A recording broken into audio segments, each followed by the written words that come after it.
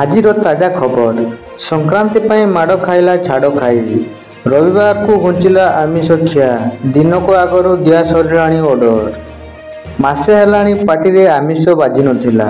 କିଏ 7 ଦିନ ତ ଆଉ କିଏ ପଞ୍ଚଙ୍କ 5 ଦିନ ଧରି ଆଇଁଷ ଛାଡ଼ିଥିଲେ। ଡାକି ବସିଥିଲେ ଛାଡ଼ ଖାଇକୁ। ପୂର୍ଣ୍ଣିମା ବାସି ଶନିବାର ପଡ଼ିଥାନ୍ତା ଛାଡ଼ ଖାଇ। ନିର୍ଘାତ ଆଇଁଷ ଖାଇଥାନ୍ତେ। ହେଲେ ପାଗଯୋଗ ବିଗିଡ଼ିଗଲା। ଶନିବାର ସଂକ୍ରାନ୍ତି ଥିବାରୁ ରବିବାରକୁ ଘୁଞ୍ଚିଗଲା ଛାଡ଼ ଖାଇ।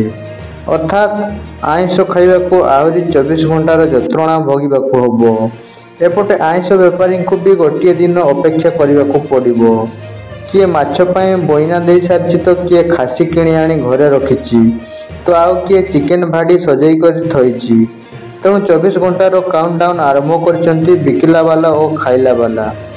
ଏସବୁ ମଧ୍ୟରେ କିନ୍ତୁ କୁକୁଡ଼ା ଛେଳିଙ୍କ ଆୟୁଷ ଗୋଟିଏ ଦିନ ବଢ଼ିଛି।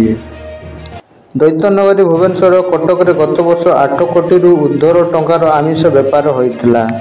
ସେଥିମଧ୍ୟରୁ ଭୁବନେଶ୍ୱରରେ କେବଳ 5 କୋଟିର ବେପାର ଥିଲା। ଏଥରକ ଉଭୟ ସହରରେ 10 କୋଟିର ବେପାର ହେବ ବୋଲି ଆକଳନ କରାଯାଉଛି।